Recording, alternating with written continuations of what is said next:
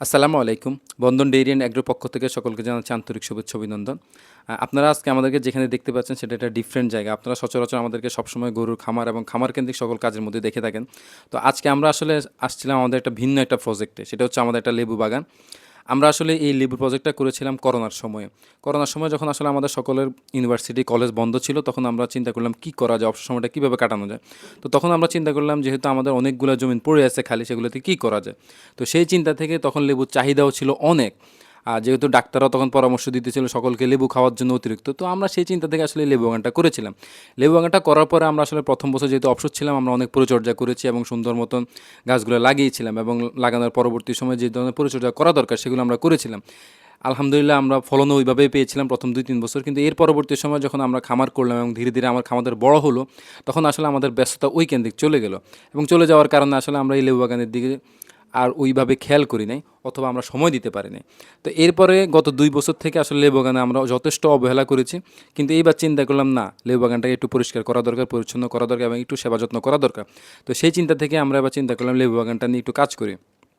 তো গত ৩ দিনের প্রচেষ্টা আসলে আমরা আমাদের লেবু বাগানটাকে পরিষ্কার পরিচ্ছন্ন করলাম। কারণ এর মধ্যে আসলে জংলি লতাপাতায় ছেয়ে গেছিল এবং ঢালপালাগুলা গত বর্ষার পরে গাছগুলা কাত হয়ে গেছে, এদিক ওদিক পড়ে গেছে এবং ঢালপালা সব মাটির সাথে মিশে গেছিলো।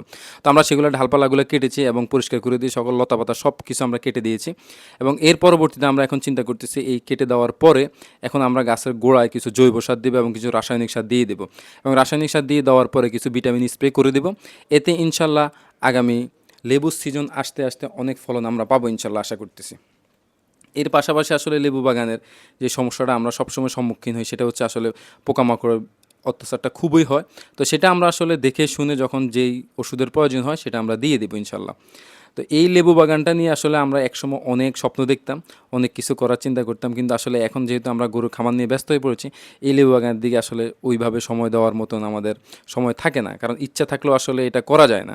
তো ইনশাল্লাহ এবার আমরা আমাদের ৩ দিনের প্রচেষ্টায় লেবু বাগানটা পরিষ্কার পরিচ্ছন্ন করেছি। এর পরবর্তী সময়ে আপনারা দেখতে পাচ্ছেন এখন আমাদের এইখানে একটা সবজি প্রজেক্ট। আমরা আসলে এবার চিন্তা করলাম যে কিছু সবজি প্রজেক্ট নিয়েও কাজ করা প্রয়োজন। যেহেতু আসলে আমাদের পরিবারের কিছু চাহিদা থাকে সবজির, আমাদের সকলের চাহিদা থাকে সবজির, এগুলো আমরা বাজার থেকে সংগ্রহ করি। তো আমরা এবার চিন্তা করলাম না, আমাদের যেহেতু জায়গা আছে পর্যাপ্ত পরিমাণে, আমরা সেই জায়গাগুলোতে আমরা কিছু সবজি চাষবাস করি। এবং এই সবজি চাষবাস করতে গিয়ে আসলে আপনারা এখন দেখতে পাচ্ছেন যে আমরা কিছু সবজি চারা লাগিয়ে দিয়েছি। এবং এই চারা লাগানোর জন্য আমরা বিগত ১ সপ্তাহ থেকে আসলে প্রসেস কাজ শুরু করে দিয়েছিলাম। এখানে প্রসেস করার ক্ষেত্রে আমরা যেটা করেছি সেটা হলো এই আপনারা যে মুড়াগুলো দেখতে পাচ্ছেন, আমাদের ভাষায় আমরা এটা মুড়া বলি, যেগুলোতে গাছ লাগানো হয়, সেগুলো আমরা প্রথমেই কিছু কচুরি ফেনা দিয়ে কয়েকদিন এর উপর দিয়ে কাদা দিয়ে কয়েকদিন রেখে দিয়েছিলাম।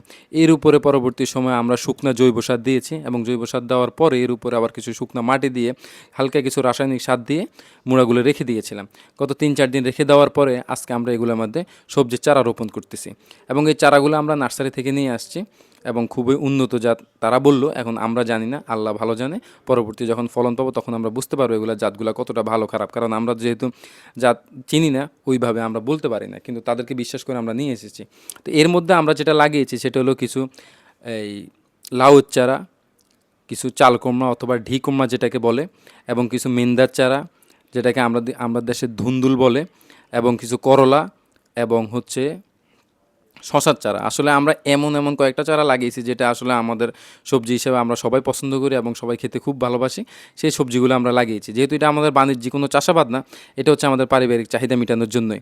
তো এই জন্যে আমরা আসলে এইগুলো করেছি। তবে এগুলো আমাদের পরীক্ষামূলক কাজ বলতে পারেন। ইনশাল্লাহ আমরা যদি এবার সফল হই তাহলে পরবর্তী সময়ে আমরা চিন্তা করব যে আরও বৃহৎ পরিসরে করা যায় কিনা।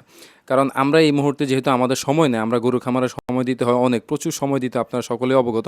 তো সেই জন্য আমরা প্রতিদিন চিন্তা করলাম ১ ঘন্টা যদি সময় এখানে দিই তাহলে দেখা যায় কী পরিমাণে ফলন আমরা পাই। যদি ইনশাল্লাহ এবার ফলন ভালো পাই, পরবর্তীতে আমরা ইনশাল্লাহ চেষ্টা করবো আরও বৃহৎ আকারে বাণিজ্যিক আকারে কীভাবে করা যায় সেটা চিন্তা করতে পারবো। আসলে এই কাজটা আসলে খুবই কষ্টসাধ্য একটা কাজ। তো সকলে আমাদের জন্য দোয়া করবেন। ভালো থাকবেন। আসসালামু